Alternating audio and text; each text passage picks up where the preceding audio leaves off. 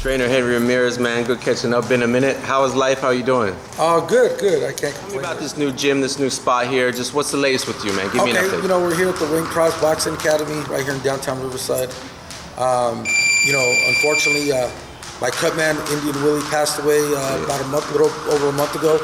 And we had been at his residence, a private gym, since 08, 07, I believe. And, unfortunately, his passing caused a shift as far as where we're going to train at. His wife decided that she didn't want the gym there anymore, which we completely respect and understand.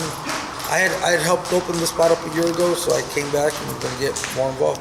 Now, anyone who knows Willie, man, just a great guy. The Two Feathers is a nice little kind of almost private type of gym set down.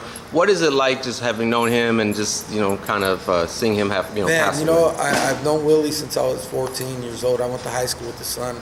I played high school football with his son. And later, as we became business partners, he's a funny guy, man, real funny guy, always willing to help someone out.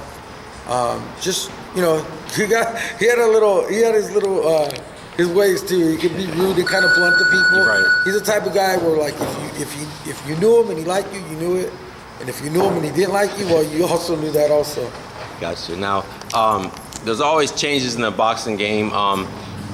You've always had a nice stable, but now you're not working with Josesito Lopez. Right. What your side of the situation? After the Berto fight. He came to us sometime in July. It was the day before I was leaving to Areola's fight. And I was a little pissed off about the timing of it because the week of the fight, I was having to answer questions about Lopez and I didn't want to deal with the thing with Lopez. I was focusing on Chris's fight, especially since he wasn't fighting until sometime next year. But, it happens. It was a split. And like I said, I've always felt like, and it's not a slight against him. It's not a diss to him. I feel like we got the absolute most of his ability. Just sometimes losing a fight on the world-class level doesn't mean you're a failure. Sometimes just making it to that level is a success in itself. That's what I feel it is with him. He's made some good money. He's been able to, have some money and make a lot more than he did, in the years before that. But hey, I wish him well. There's no ill will. But I feel we absolutely got the most out of his ability. The night with Victor Ortiz, that was a special night. Yeah. Big upset. Take me back to that night. How much of a high was it for you as a trainer? It was. You know what? I'm going to tell you why it meant so much to me. It meant so much to me that Jose was able to get to that level because he had been there with us when Chris was on his way up and Chris was making the big HBO money and gaining a lot of popularity.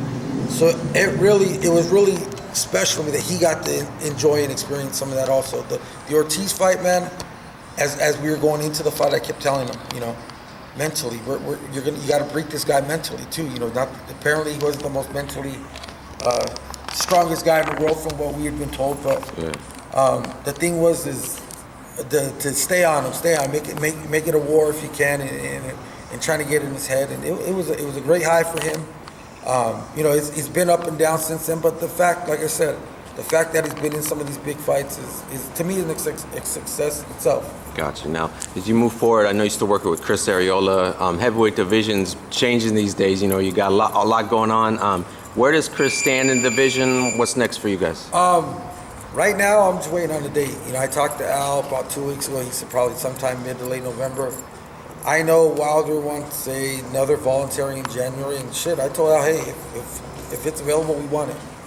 Because I also feel if his team is preparing for Povetkin, probably the style that would probably get you the best fight to prepare you for that would be with Chris. Naturally aggressive guy. The aggressiveness isn't manufactured. You know what I mean? It's a natural, aggressive guy. It's fighting style. Who are some other fighters who are keeping you busy? What's the scene like out here? Just what else? Like I said, we've been here for a couple of weeks now. I have Joshua Conley. He's a 154-pound prospect. I have Scott Alexander. He's another 10-1 heavyweight prospect that, I'm looking to sign with Al also. Joshua Conley is also signed with Al.